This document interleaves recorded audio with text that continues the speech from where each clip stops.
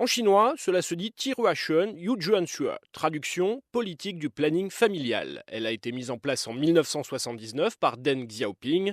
Un an après son arrivée au pouvoir, le dirigeant chinois décide ainsi de durcir le contrôle des naissances. Désormais, les couples ne sont autorisés à avoir qu'un seul enfant. C'est la politique démographique la plus autoritaire jamais mise en place à l'échelle d'un pays. Pourquoi avoir décidé la mise en place de cette politique, justement? Eh bien, les historiens sont divisés sur ce sujet. Pour certains, la Chine craignait alors une surpopulation qui aurait pu mettre en péril l'équilibre de tout le pays. Il fallait donc urgemment diminuer le nombre de bouches à nourrir et de corps à loger. Mais selon d'autres, l'objectif était en réalité très différent.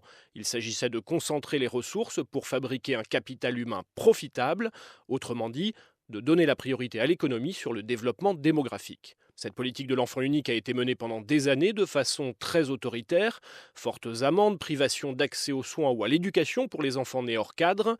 Les sanctions ont longtemps été dissuasives, voire violentes pour les femmes, dont certaines ont été forcées à avorter pendant des années, ou pour les bébés-filles, noyées dans certaines campagnes car jugées trop coûteuses et moins fortes et utiles que les garçons. Élever une fille, c'est cultiver le champ de son voisin, dit ainsi un proverbe chinois. Cela n'a pas empêché pour autant les familles nombreuses, et il y a beaucoup d'enfants noirs, c'est l'expression, des enfants qui officiellement n'existent pas et ont grandi cachés des autorités. Mais cette politique s'est assouplie au fil des ans. Par exemple, un couple peut avoir deux enfants s'il vit à la campagne, ou si son premier enfant est une fille, ou encore s'il est issu d'une ethnie minoritaire. Le deuxième enfant est également autorisé si ses deux parents sont eux-mêmes des enfants uniques, et depuis novembre 2013, si un seul des deux parents a grandi sans fratrie. Et selon les autorités chinoises, cette politique a permis de freiner la forte progression démographique. Elle aurait évité la naissance de 400 millions d'enfants. Le taux de natalité, qui se mesure en nombre d'enfants par femme, a effectivement baissé.